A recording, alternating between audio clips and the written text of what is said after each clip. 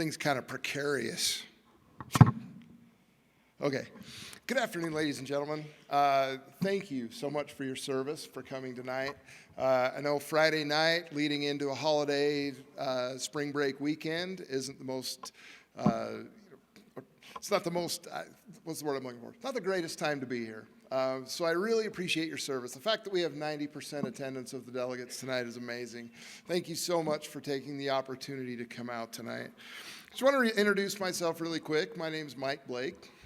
I have been a lifelong resident of Iron County. I was born and raised here in Cedar City.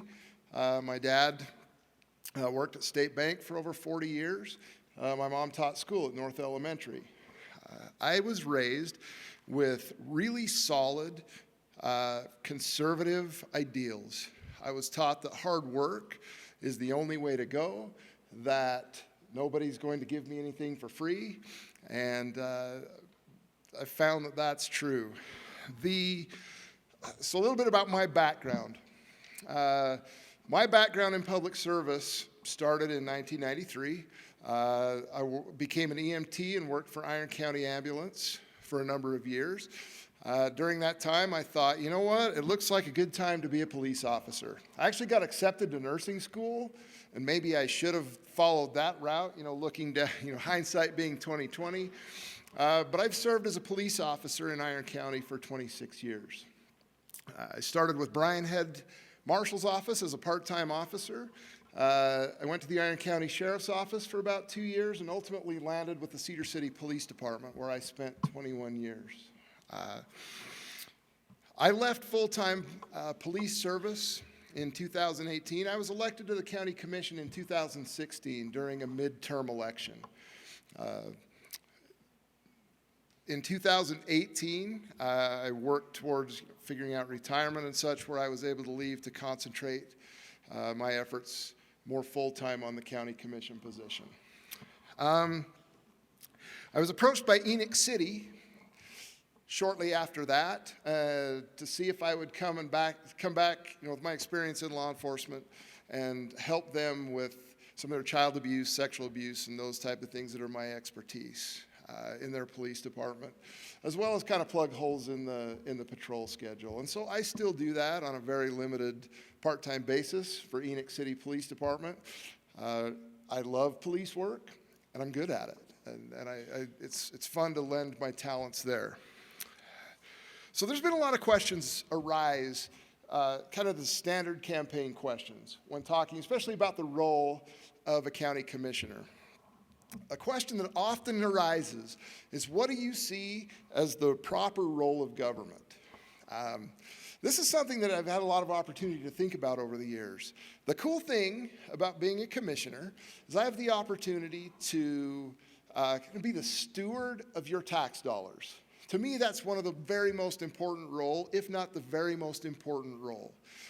I understand how hard you work. I work hard. I pay taxes as well. So for me to have access to that money and determine how it's spent, I take that extremely serious. I look at those funds as sacred. It's been really cool to be able to, as we're facing growing pains as in the county. I mean, our growth and everything else is nuts.